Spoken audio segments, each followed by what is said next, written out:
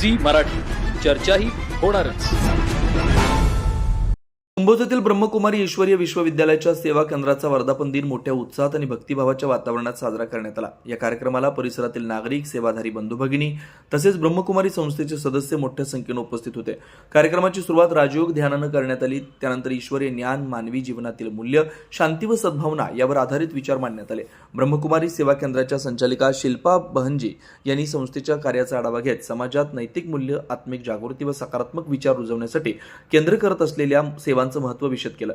यावेळी राजयोगिनी सुनंदा दिदी, पुणे सब झोन सेवा केंद्र संचालिका आदरणीय राहुल भाई ग्लोबल हॉस्पिटल माउंट आबू आशा बहनजी, इचलकरंजी सेवा केंद्र संचालिका शिल्पा बहनजी, कुंभोज सेवा केंद्र संचालिका, ग्रामपंचायत सदस्य कुंभोज उपस्थित होते.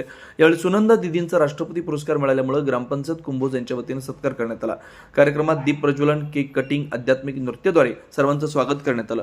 कुंभोज, नेज, नरंदे, कवटीसर अशा आजूबाजूच्या गावांमधून ही अनेक भाई बहनजी मोठ्या संख्येने उपस्थित होते. यावेळी अतिथी वक्त्यांनी ब्रह्मकुमारी संस्थेच्या आध्यात्मिक व सामाजिक योगदानाचे कौतुक केलं.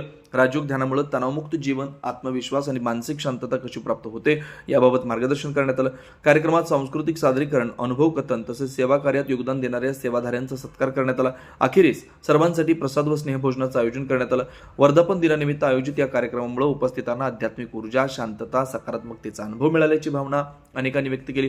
कुंभोज प्रतिनिधी विनोद शिंगेसह कॅमेरामन अतुल कसबेकर, भेंडवडे.